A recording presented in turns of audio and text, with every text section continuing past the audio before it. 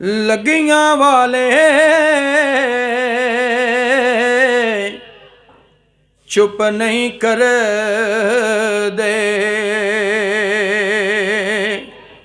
भावें दिए लख दलासे।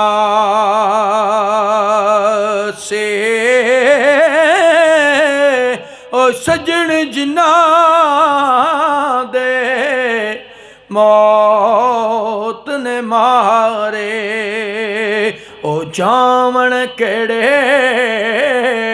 पासे।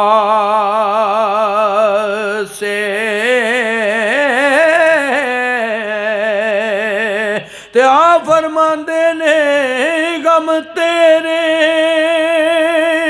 मैनू सोने न देंदे,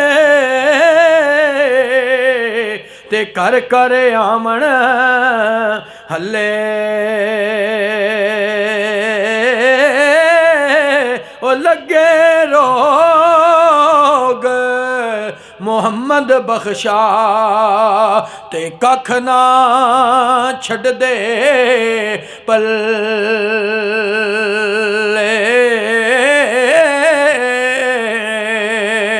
ते आ फरमांदे ने यार यारां नू विद्या कर दे, ते गल विच पाके पल्ला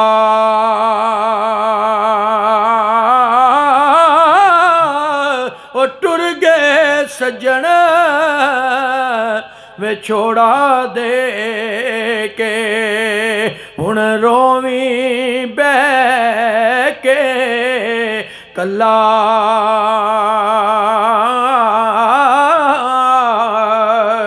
ते आ फरमांदे ने कपड़ा फटे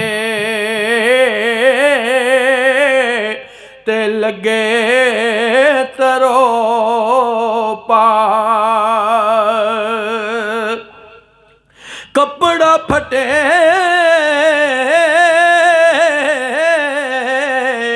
ते लगे तरो पा, दिल फटे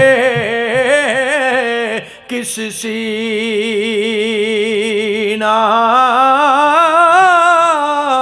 सजना बाज मुहम्मद बख्शा, ते की मरना की जीना,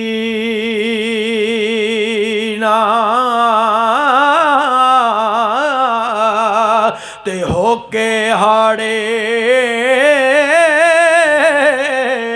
ते हिजर दे अथरो दे गया यार सौगाता,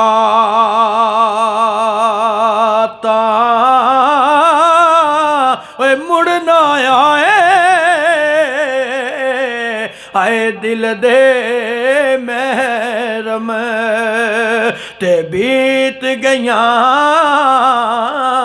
बरसाता।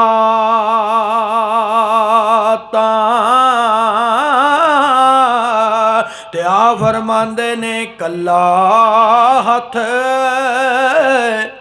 कदे नहीं दुचदा,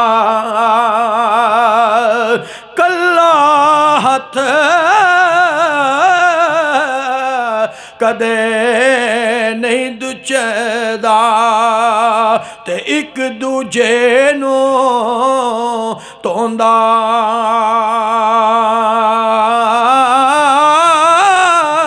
पाया बाज मुहम्मद बख्शा, ते कौन किसे नो रोंदा,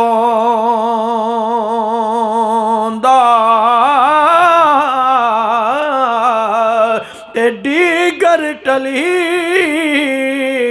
ते शाम पईयां, ते पंछी करानू आए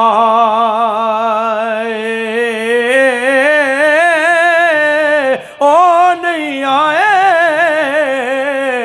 परत मुहम्मद, ते मौत जिना ले जा।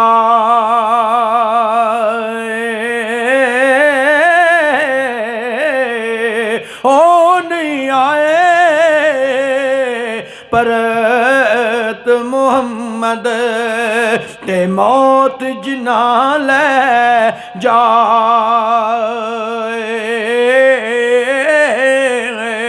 ते ईद दिहाड़े रोंदियां छड़ के सज्जन टुर गए देस पराए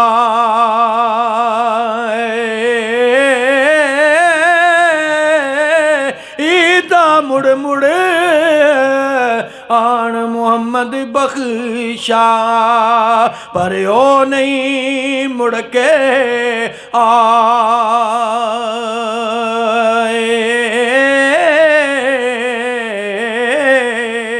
अगले दिन एक शेर मेरी नज़र तो गुजरिया है, मियाँ साहब ने लिखे आ कि भाई भाइयों के दर्दी हुंदे ते भाई भाइयों दियां बावां, प्यो सिरां दे ताज मुहम्मद ते मावां ठंडियां छावां। तो उहदे थल्ले किसी दोस्त ने कमेंट किए असी कि गल्लां झूठियां ने, ये गल्लां नहीं ठीक। तो मैं उन्होंने गुजारिश करांगा कि चूँकि कलाम मियाँ साहब दा है ते अल्लाह दे वली ने जदों भी कोई कलाम लिखिया है ना, यकीनन उन्होंने सामने हर चीज़ मौजूद होंदी है। उन्होंने अपने दौर की गल लिखी है, इस गल में कोई शक नहीं। लेकिन हर एक जो बंदा इक्को जिहा नहीं हुंदा, हर भरा इक्को जिहा नहीं हुंदा, हर भैन इक्को जी नहीं हुंदी। तो इस वास्ते ये कुछ लोग ऐसे मौजूद हैं जिन्होंने एक दूजे का एहसास है तो दर्द है, तां ही तो दुनिया कायम है ना। तो बराए मेहरबानी इस तरह के कमेंट्स जरा गुरेज करिया करो, क्योंकि अल्लाह दे वलियां दा लिखिया कलाम हुंदा ते असीं उन्होंने झूठा तो नहीं ना कह सकते। तो मैं उम्मीद करना कि तुसीं इंशाअल्लाह मेरी इस गल ते जरूर गौर फरमाओगे। अगर किसी दी दिल आज़ारी हुई हो तो मैं उसकी माजरत चाहना। बहुत मेहरबानी, बहुत शुक्रिया।